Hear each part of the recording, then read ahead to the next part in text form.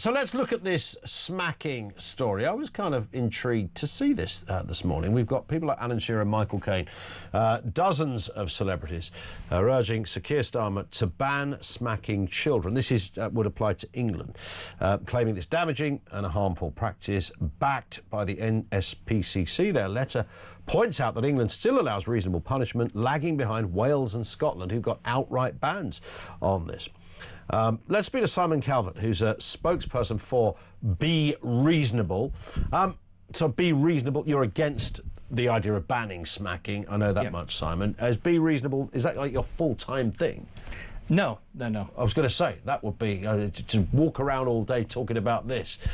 It would be a thing, wouldn't it? Yeah. Okay. No. Here comes Calvert again with his smacking stories. I know, I do kind of get that. But no. It's, but it's a serious issue. I mean, I like Michael Caine. He was great in The Italian Job, but it doesn't mean he's a great legislator. And I think that this idea that you're going to criminalise, because that's what it would involve, criminalise parents for the kind of mild sort of tap on the back of the hand that most of us experienced as kids. I mean, in fact, I would want to reassure Alan Shearer and Michael Caine, because their letter talks about, children being harmed.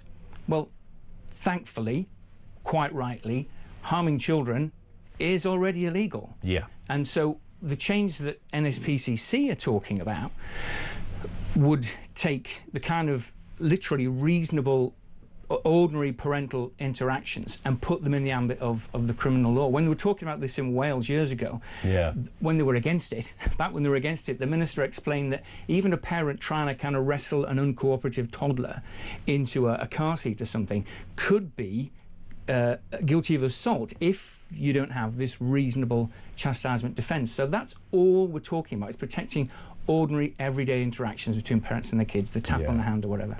And that's a really good point about the, the car seat, because having put two kids in car seats for, the usual period of time, I mean, that isn't the work of a moment. In fact, you should get an award for just being able to put a car seat together, frankly, let alone stick a kid in it as well.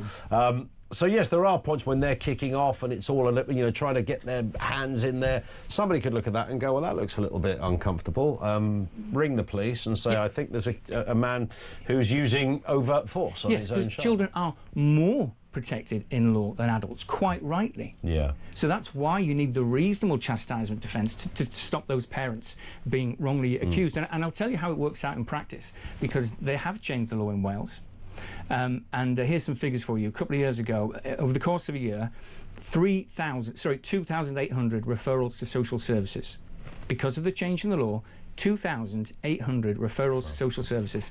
1,000 of those turned into investigations, and 125 of those were referred for prosecution and then into a diversion scheme. And at the last minute, when they were changing the law, the Welsh Government agreed that there'd be a non-prosecution policy, but that's 125 parents a year in Wales that would have been prosecuted.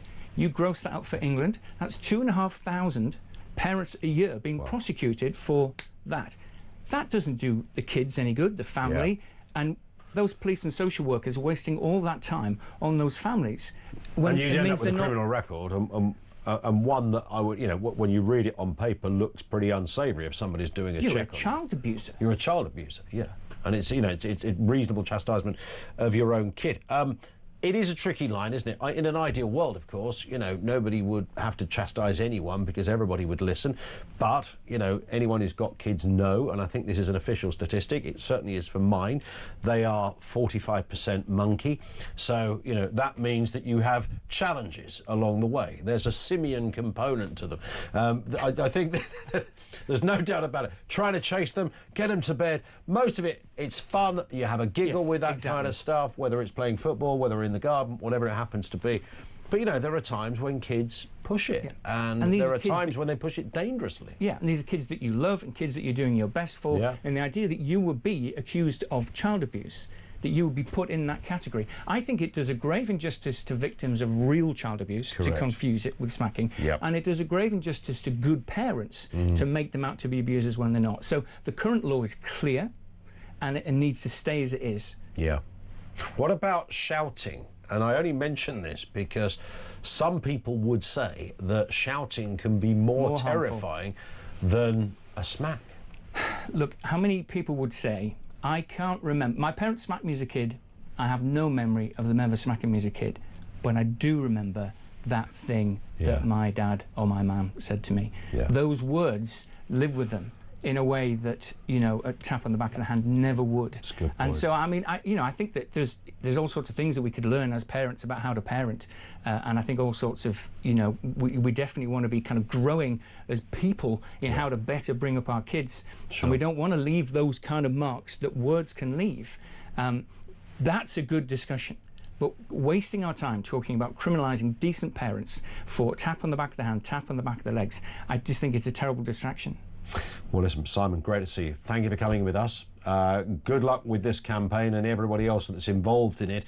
Simon Calvert is from the organisation Be Reasonable. Thank you to him.